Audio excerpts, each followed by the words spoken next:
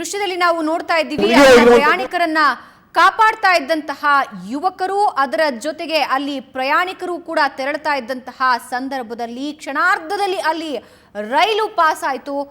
ಹಿಂದೆ ಒಂದು ಸ್ವಲ್ಪ ಹೋಗಿದ್ರೂ ಕೂಡ ರೈಲಿಗೆ ಡಿಕ್ಕಿ ಹೊಡೆಯೋ ಎಲ್ಲ ಸಾಧ್ಯತೆಯೂ ಇತ್ತು. ನಮ್ಮ ಪ್ರತಿನಿಧಿ ಈಗ ಅಲ್ಲಿನ ಸನ್ನಿವೇಶವನ್ನು ಸಂಪೂರ್ಣವಾಗಿ ನಮ್ಮ ಮುಂದೆ ಇಟ್ಟಿದ್ರು. ಕೇವಲ 1-2 ಅಡಿ ಅಷ್ಟೇ ಅಂತರ ಇರುವಂತಹದ್ದು ಅಂತ. ಸ್ವಲ್ಪ ಯಾಮಾರಿದ್ರೂ ಕೂಡ ಅಪಾಯ ಕಟ್ಟಿಟ್ಟ ಬುತ್ತಿಯಾಗಿತ್ತು. ಅಲ್ಲಿನ ಪ್ರಯಾಣಿಕರು ಹಾಗೂ ಅವರನ್ನ ಕಾಪಾಡೋದಕ್ಕೆ ಬಂದ ಯುವಕರು ಕೂಡ ಭಾರಿ ಅನಾಹುತವನ್ನ ತಪ್ಪಿಸಿದ್ದಾರೆ. ಅದೃಷ್ಟವಶಾತ್ ಯಾವುದೇ ಅನಾಹುತ ಸಂಭವಿಸಿಲ್ಲ. ಒಂದು ಕೆಳಗೆ ನೀರಿತ್ತು, ಮತ್ತೊಂದು ಕಡೆ ಮೇಲೆಗಡೆ ಎಲೆಕ್ಟ್ರಿಕಲ್ ಟ್ರೈನ್ ತೆರಳುತ್ತಾ ಇತ್ತು.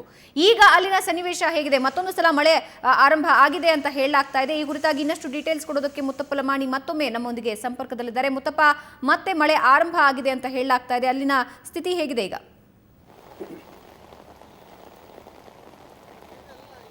ಎಸ್ ಭಾವನಾ, ಈಗಾಗಲೇ ಮಳೆ ಕೂಡ ಮತ್ತೆ ಪ್ರಾರಂಭವಾಗಿರುವಂಥದ್ದು. ಈಗ ಸದ್ಯಕ್ಕೆ ಅಗ್ನಿಶಾಮಕ ಸಿಬ್ಬಂದಿಗಳು ಕೂಡ ಈಗಾಗಲೇ ಸ್ಥಳಕ್ಕೆ ಬಂದು ನೀರನ್ನು ಹೊರ ತೆಗೆಯೋಕ್ಕೆ ಈಗಾಗಲೇ ಎಲ್ಲ ಸಿದ್ಧತೆಗಳನ್ನು ಮಾಡ್ಕೊತಿದ್ದಾರೆ. ಯಾಕಂದರೆ ಇದು ಸುವರ್ಣ ನ್ಯೂಸ್ ಎಕ್ಸ್ಕ್ಲೂಸಿವ್ ಆಗಿ ಆ ಒಂದು ಬಸ್ನ ಸ್ಥಿತಿ ಹಾಗೂ ಅಲ್ಲಿ ಸಿಲುಕಿಕೊಂಡಿರುವಂತಹ ಜನರ ಬಗ್ಗೆ ಸುದ್ದಿ ಪ್ರಸಾರ ಮಾಡ್ತಾ ಇತ್ತು. ನಿರಂತರವಾಗಿ ಈ ಬಗ್ಗೆ ಪ್ರಸಾರ ಮಾಡುತ್ತಿದ್ದಂತೆ ಎಚ್ಚೆತ್ತುಕೊಂಡಂತಹ ಅಗ್ನಿಶಾಮಕ ಸಿಬ್ಬಂದಿಗಳು ಈಗ ಸ್ಥಳಕ್ಕೆ ಬಂದು ಈ ಒಂದು ನೀರನ್ನು ಹೊರ ತೆಗೆಯೋಕ್ಕೆ ಮುಂದಾಗಿರುವಂಥದ್ದು. ಈಗ ನನ್ನ ಜೊತೆ ಅಗ್ನಿಶಾಮಕ ಸಿಬ್ಬಂದಿಯ ಅಧಿಕಾರಿಯಾದಂಥವರು ನನ್ನ ಜೊತೆ ಇದ್ದಾರೆ. ಸರ್, ಈಗಾಗಲೇ ನೀರು ತುಂಬಿಕೊಂಡಿರುವಂಥದ್ದು, ಎಷ್ಟೊತ್ತಾಗುತ್ತೆ ಇವನು ನೀರನ್ನು ಹೊರ ತೆಗೆಯೋಕ್ಕೆ?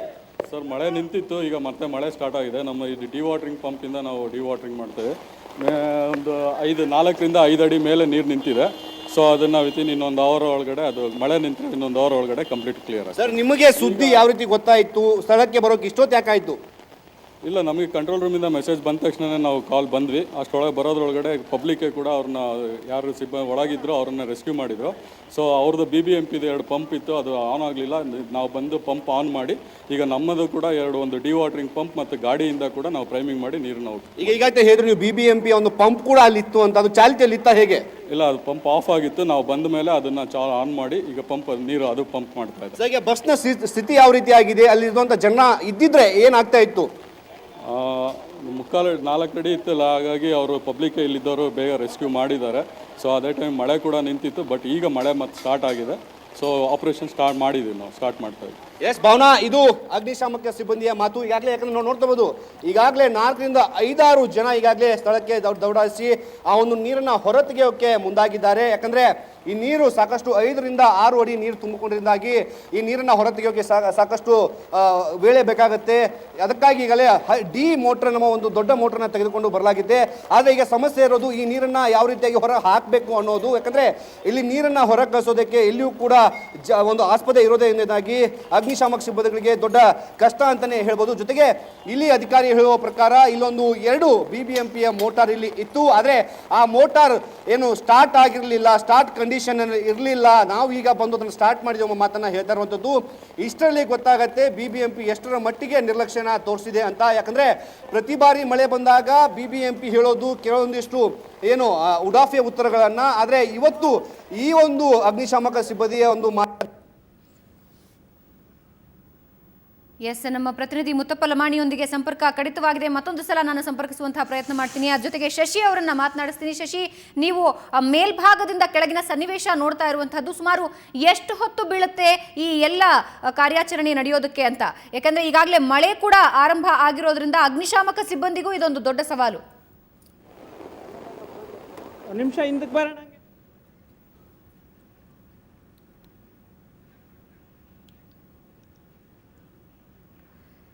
ಕಾರ್ಯಾಚರಣೆ ಈಗಾಗಲೇ ಆರಂಭ ಆಗಿದೆ. ದೃಶ್ಯದಲ್ಲಿ ನಾವು ಈ ಹಿಂದಿನ ದೃಶ್ಯ ನಾವು ತೋರಿಸ್ತಾ ಇದ್ದೀವಿ, ಯಾವ ರೀತಿ ಪ್ರಯಾಣಿಕರನ್ನ ಬಚಾವ್ ಮಾಡ್ತಾ ಇದ್ರು ಅಲ್ಲಿನ ಸ್ಥಳೀಯ ಯುವಕರು ಅಂತ. ಅಲ್ಲಿಂದ ಒಂದು 30 ಜನರನ್ನ ಅವರು ರೆಸ್ಕ್ಯೂ ಮಾಡಿದ್ರು. ಈಗ ಮಹಿಳೆಯರು ಕೂಡ ಅಲ್ಲಿರೋದನ್ನ ನಾವು ದೃಶ್ಯದಲ್ಲಿ ನಿಮಗೆ ತೋರಿಸ್ತಾ ಇದ್ದೀವಿ. ಅಲ್ಲೇ ಪಕ್ಕದಲ್ಲೇ ಎಲೆಕ್ಟ್ರಿಕ್ ರೈಲಿನ ಹಳಿ ಹಾದು ಹೋಗುತ್ತೆ. ಆಗ ಕೇವಲ ಒಂದು 3 ಜನ ಯುವಕರಷ್ಟೇ ಇದ್ದಾಗ, 3-4 ಜನ ಯುವಕರಿದ್ದಾಗ ಟ್ರೈನ್ ಪಾಸ್ ಆಯಿತು. ಆದರೂ ಕೂಡ ಅದು ಅಪಾಯದ ಸನ್ನಿವೇಶ. ಸ್ವಲ್ಪ ಹಿಂದೆ ಹೋಗಿದ್ದಿದ್ರು ಕೂಡ ಅಪಾಯ ಕಟ್ಟಿಟ್ಟ ಬುತ್ತಿಯಾಗಿರ್ತಿತ್ತು.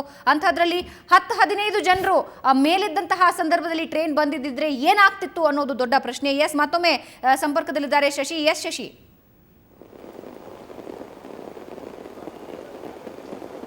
ಭಾವನಾ, ಈಗಾಗಲೇ ಎಲ್ಲ ಪ್ರಯಾಣಿಕರನ್ನು ರಕ್ಷಿಸಲಾಗಿದೆ. ಒಂದು ಆತಂಕದ ವಿಚಾರ ಅಂದ್ರೆ ಇದು ಮೆಜೆಸ್ಟಿಕ್ ರೈಲ್ವೆ ನಿಲ್ದಾಣಕ್ಕೆ ತುಂಬಾ ಹತ್ತಿರವಾಗಿರುವಂತದ್ದು. ಈ ರೈಲ್ವೆ ಟ್ರ್ಯಾಕ್ ಏನಿದೆ ನೀವು ನೋಡ್ತಾ ಇರುವಂತದ್ದು, ಆ ಟ್ರ್ಯಾಕ್ ಅಲ್ಲಿ 2 ಟ್ರ್ಯಾಕ್ಗಳಿದಾವೆ. ಆ ಬಸ್ನ ಮೇಲಿಂದ ಹತ್ತಿದಂತಹ ಪ್ರಯಾಣಿಕರು ಒಂದು ಟ್ರ್ಯಾಕ್ ಮೇಲೆ ಹತ್ಬಿಟ್ಟು ಅಲ್ಲಿಂದ ಹೊರಗೆ ಹೋಗುವಂತಹ ಪ್ರಯತ್ನವನ್ನ ಮಾಡ್ತಾರೆ. ಇಲ್ಲಿನ ಯುವಕರು ರಕ್ಷಿಸುವಂತಹ ಪ್ರಯತ್ನ ಮಾಡ್ತಾರೆ. ಇಲ್ಲಿನ ಯುವಕರಿಗೂ ಕೂಡ ಗೊತ್ತಿರೋದಿಲ್ಲ ಆ ಸಂದರ್ಭದಲ್ಲಿ ರೈಲ್ ಬರಬಹುದು ಅಂತ, ಯಾಕಂದ್ರೆ ಮಳೆ ಸದ್ದಿಗೆ ರೈಲಿನ ಶಬ್ದ ಕೂಡ ಕೇಳಿಸ್ತಾ ಇರೋದಿಲ್ಲ. ಆದ್ರೆ ಅದೃಷ್ಟವಶಾತ್ ರೈಲು ಬೇರೊಂದು ಹಳಿಯ ಮೂಲಕ ಅಂದ್ರೆ ಪಕ್ಕದ ಹಳಿಯಲ್ಲಿ ಬರ್ತದೆ. ಯಾವ ಹಳಿಯಲ್ಲಿ ಪ್ರಯಾಣಿಕರನ್ನ ರೆಸ್ಕ್ಯೂ ಮಾಡ್ಲಾಗ್ತಾ ಇರುತ್ತೆ ಆ ಹಳಿಯ ಮೇಲೆ ರೈಲ್ ಬರೋದಿಲ್ಲ, ಪಕ್ಕದ ಹಳಿಯ ಮೇಲೆ ಬರುತ್ತೆ. ಇದೊಂದೇ ಕಾರಣದಿಂದಾಗಿ ಯಾರು ಮೂವರನ್ನ ರಕ್ಷಿಸ್ತಾ ಇದ್ರು ಅಷ್ಟೂ ಜನ ಬದುಕುಳಿದಿರುವಂತದ್ದು. ಇದು ಅತ್ತದರಿ ಇತ್ತ ಪುಲಿ ಅನ್ನುವಂತಹ ಸನ್ನಿವೇಶ ಇದು. ಯಾಕಂದ್ರೆ ಕೆಳಗಡೆ ನೀರು ತುಂಬಿಕೊಳ್ತಾ ಬರ್ತಾ ಇತ್ತು ಬಸ್ನಲ್ಲಿ, ಮೇಲಿನಿಂದ ಟ್ರೈನ್ ಬರ್ತಾ ಇತ್ತು. ಯಾವ ಕಡೆ ಟ್ರೈನ್ ತಾವಿರುವಂತಹ ಹಳಿಯ ಮೇಲೆ ಬರುತ್ತಾ ಅನ್ನೋ ಆತಂಕ ಕೂಡ ಜನರಿಗಿತ್ತು. ಆದ್ರೂ ಕೂಡ ಧೈರ್ಯ ಮಾಡಿ ಅಲ್ಲಿಂದ ಹೊರಹೋಗುವಂತ ಪ್ರಯತ್ನ ಮಾಡ್ತಾರೆ. ಸಡನ್ ಆಗಿ ಟ್ರೈನ್ ಬರುತ್ತೆ. ಅದೃಷ್ಟವಶಾತ್ ಅದು ಬೇರೊಂದು ರೈಲ್ವೆ ಟ್ರ್ಯಾಕ್ ನ ಮೇಲೆ ಬರುತ್ತೆ. ಈಗ ಮತ್ತೆ ಮಳೆ ಜಾಸ್ತಿ ಆರಂಭವಾಗಿದೆ. ಅಗ್ನಿಶಾಮಕ ದಳದ ಸಿಬ್ಬಂದಿ ಈಗ ಪೈಪನ್ನು ಹಾಕಿ ಇಲ್ಲಿಂದ ಇರುವಂತಹ ನೀರನ್ನು ಹೊರಗೆ ಹಾಕುವಂತಹ ಪ್ರಯತ್ನವನ್ನ ಮಾಡ್ತಾ ಇದ್ದಾರೆ. ನಾವು ಯಾರಿಗಾದ್ರೂ ಈ ಸಂದರ್ಭದಲ್ಲಿ ಅತ್ಯಂತ ಹೆಚ್ಚಿನ ಗೌರವವನ್ನು ಕೊಡಬೇಕು ಅಂದ್ರೆ ಅದು ಅಗ್ನಿಶಾಮಕ ದಳದ ಸಿಬ್ಬಂದಿಗೆ. ಸುರಿಯುವ ಮಳೆಯಲ್ಲಿಯೂ ಕೂಡ ಸೈನಿಕರಂತೆ ಕೆಲಸವನ್ನ ಮಾಡ್ತಾ ಇದ್ದಾರೆ. ಈ ಮಟ್ಟದ ಕಮಿಟ್ಮೆಂಟ್ ಅನ್ನ ನಮ್ಮ BBMP ಅಧಿಕಾರಿಗಳು, BWSSP ಅಧಿಕಾರಿಗಳು, ನಮ್ಮ ಜನಪ್ರತಿನಿಧಿಗಳು ತೋರಿಸಿದ್ರೆ ಈ ಸಮಸ್ಯೆ ಯಾವತ್ತಿಗೋ ಬಗೆಹರಿತಾ ಇತ್ತು. ಭಾವನಾ, ಪ್ರತಿ ಬಾರಿ ಮಳೆ ಬಂದಾಗ್ಲೂ ಕೂಡ ಇಲ್ಲಿ ಇದೇ ರೀತಿಯ ನರಕ ಸದೃಶ ದೃಶ್ಯ ನಮ್ಮ ಕಣ್ಣಿಗೆ ಬೀಳುತ್ತೆ. ಇಷ್ಟಾದ್ರೂ ಕೂಡ ನಮ್ಮ ಜನಪ್ರತಿನಿಧಿಗಳು ಎಚ್ಚೆತ್ಕೊಳ್ಳೋದಿಲ್ಲ, ನಮ್ಮ BBMP ಎಚ್ಚೆತ್ಕೊಳ್ಳೋದಿಲ್ಲ ಅಂದ್ರೆ ಏನರ್ಥ? ಇದು ದಿನೇಶ್ ಗುಂಡೂರಾವ್ ಅವರ ಕ್ಷೇತ್ರಕ್ಕೆ ಬರುತ್ತೆ. ಕಳೆದ ಬಾರಿ ನಾವು ಇದೇ ಜಾಗದಲ್ಲಿ ಇದೇ ಪರಿಸ್ಥಿತಿಯಲ್ಲಿ ವರದಿ ಮಾಡುವಂತಹ ಸಂದರ್ಭದಲ್ಲಿ ದಿನೇಶ್ ಗುಂಡೂರಾವ್ ಹೇಳಿದ್ರು, ಇದು ಕೊನೆಯ ಬಾರಿ ಈ ರೀತಿಯಾಗಿ ನಡೆಯುತ್ತೆ, ನಾವು ಶಾಶ್ವತ ಪರಿಹಾರವನ್ನ ಮಾಡ್ತೀವಿ, ಇನ್ನು ಮುಂದೆ ಈ ರೀತಿಯ ಘಟನೆ ಈ ಜಾಗದಲ್ಲಿ ಆಗದೇ ಇರೋದಂತೆ ನಾವು ನೋಡ್ಕೊಳ್ತೀವಿ ಅನ್ನೋ ಭರವಸೆಯನ್ನ ದಿನೇಶ್ ಗುಂಡೂರಾವ್ ಕೊಟ್ಟಿದ್ರು. ಬಹುಶಃ ಆ ಭರವಸೆಯನ್ನ ದಿನೇಶ್ ಗುಂಡೂರಾವ್ ಈಗ ಮರ್ತಿರಬಹುದು, ಆದರೆ ನಾವು ಮರ್ತಿಲ್ಲ. ಇದೇ ಜಾಗದಿಂದ ಕಳೆದ 2 ವರ್ಷದ ಹಿಂದೆ ನಾವೇ ವರದಿ ಮಾಡಿದ್ದೇವೆ. ಮತ್ತೆ ಅದೇ ಪರಿಸ್ಥಿತಿ ನಿರ್ಮಾಣವಾಗಿರುವಂಥದ್ದು. ಚುನಾವಣೆ ಸಂದರ್ಭದಲ್ಲಿ ಸಮಸ್ಯೆಗಳು ಬಂದಾಗ ಇವರು ಆಶ್ವಾಸನೆಗಳನ್ನು ಕೊಡ್ತಾರೆ, ಆದರೆ ಮತ್ತೆ ಅದೇ ಪರಿಸ್ಥಿತಿ ಇದೆ. ಇಲ್ಲಿನ ಇಲ್ಲಿನ ಯುವಕರನ್ನ ಮಾತಾಡಿಸಿದ್ರೆ ಅವ್ರು ಹೇಳ್ತಾರೆ, ನಾವು ಚಿಕ್ಕ ಹುಡುಗರಿದ್ದಾಗಿಂದಲೂ ಕೂಡ ಇದೇ ರೀತಿಯ ಪರಿಸ್ಥಿತಿ ಇದೆ ಸರ್, ಇದು ಯಾವತ್ತಿಗೂ ಕೂಡ ಮುಗಿಯುವಂಥದ್ದಲ್ಲ ಅನ್ನೋ ಮಾತು. ಯಾಕಂದ್ರೆ ಕಳೆದ 10-15 ವರ್ಷಗಳಿಂದಲೂ ಕೂಡ ಬೆಂಗಳೂರಿನಲ್ಲಿ ಮಳೆ ಬಂದರೆ ಈ ಜಾಗ ತುಂಬಿ ತುಳುಕತ್ತೆ. ಇಲ್ಲಿನ ಮತ್ತೆ ಬಸ್ ಡ್ರೈವರ್ನ ಆತರವೂ ಕೂಡ ಇವತ್ತಿನ ಘಟನೆಗೆ ಸಾಕ್ಷಿ ಅನ್ನೋದು ಇಲ್ಲಿನ ಪ್ರತ್ಯಕ್ಷದರ್ಶಿಗಳು ಹೇಳಿರುವಂಥದ್ದು. ಹೇಗಾದರೂ ಮಾಡಿ ಇಲ್ಲಿಂದ ಪಾಸ್ ಆಗಿಬಿಟ್ರೆ ನಾವು ಮುಂದೆ ಹೋಗ್ಬಿಡ್ಬೋದು ಅನ್ನೋ ಆತರ ಬಸ್ನಲ್ಲಿರುವಂತಹ 20 ಜನರ ಪ್ರಾಣಕ್ಕೆ ಕಂಟಕವಾಗ್ತಾ ಇತ್ತು. ಆ ಡ್ರೈವರ್ನ ಆತುರದಿಂದಾಗಿಯೇ ಬಸ್ ಮಧ್ಯದಲ್ಲಿ ಸಿಕ್ಕಾಕೊಳ್ತು. ಭಾವನಾ. ಎಸ್ ಶಶಿ, ಧನ್ಯವಾದ ನಿಮ್ಮೆಲ್ಲ ಮಾಹಿತಿಗೆ.